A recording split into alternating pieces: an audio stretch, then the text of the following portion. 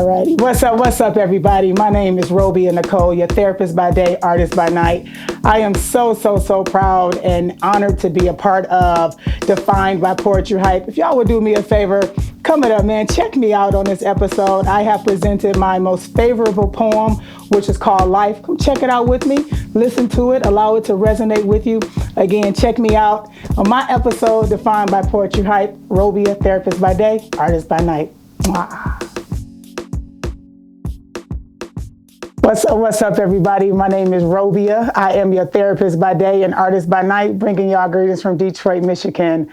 I am so honored to be here, and today I'm going to present a poem called Life. It happens to be one of my favorite poems. I wrote this poem, honestly, in 2009, and it is still applicable to this day. So I present Life.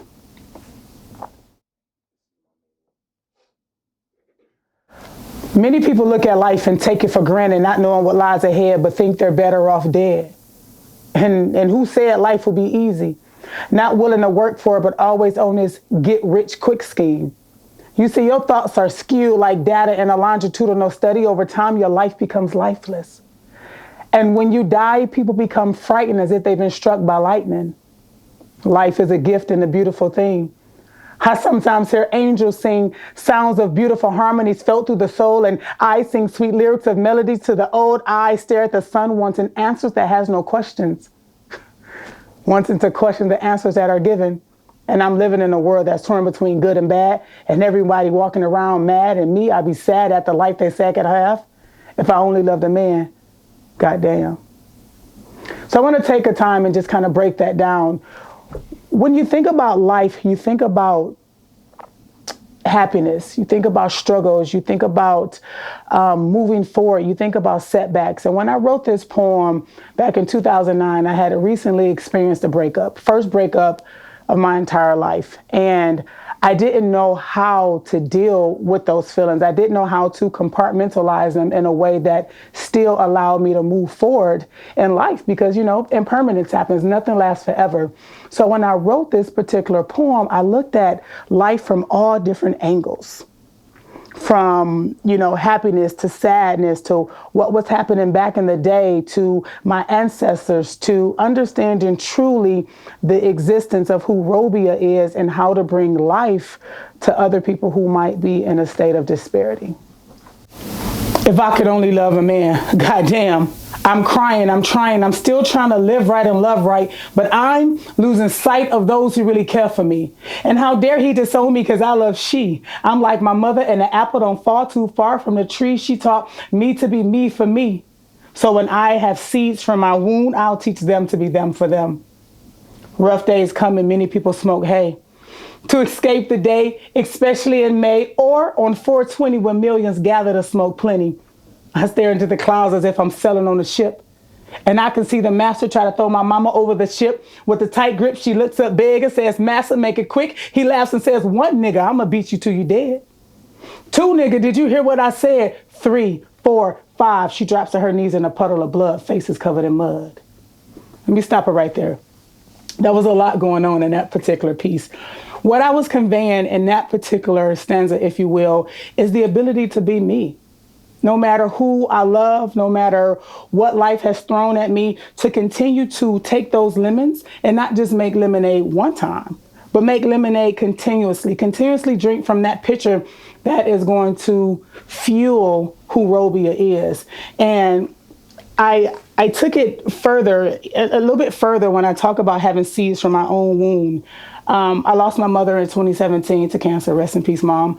And, you know, she wanted me to have a kid. And I lived this alternative lifestyle to where back then having a child wasn't as easy. So I'll call it like old school gay, if you will, right? You know, it just wasn't as cool as it is now. And so there were a lot of things that, you know, growing up, I had to shield and shelter off because of other people's opinions. And so in that particular stanza, you know, if I'm so able to be blessed to have kids, you know, I'm going to teach them to be them for them. My mother wasn't that type of mom who I couldn't be myself, but it was still parameters and limitations growing up in a Baptist church around being myself. And so writing this life again just surfaces, and tornadoes around who I am as an individual.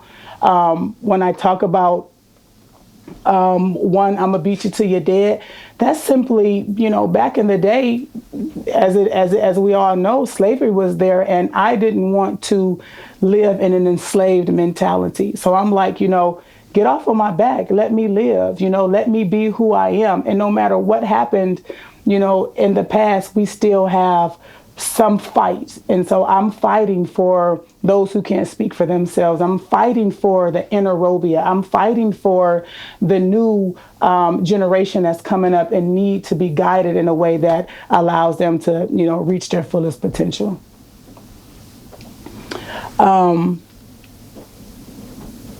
Let's go back into it. She drops to her knees in a puddle of blood, faces covered in mud. We living in a town where no one lends a hand, but everyone caught up on their own damn plan. Man, I'm asking, am I my brother's keeper? Or shall I bury him deeper like the reaper? Pick him up, pack his pain, help him stay sane, shelter him from the rain. I close the doors to past patriarchal ways. We living in somewhat better days. Psych. My primary goal is to remove those imposters. Due to probable cause and flaws, you see the perception I have of he reminds me of Hitler the killer who didn't care about she. So let's run that back. So what we're talking about in this particular poem is still loving people no matter who they are. Am I my brother's keeper? Yeah, even when I don't want to be. I tag myself therapist by day and artist by night because I am a therapist. For the last 21 years have I been in this role, and I grew up wanting to be an OBGYN. Undergrad was in biology, was accepted into medical school. And then I decided, I don't think that's what I want to do. And my mother was a therapist, and I would see her every night sitting at the table. And I would say, I'm not writing those progress notes. I'm not doing that at all. What do? I write progress notes.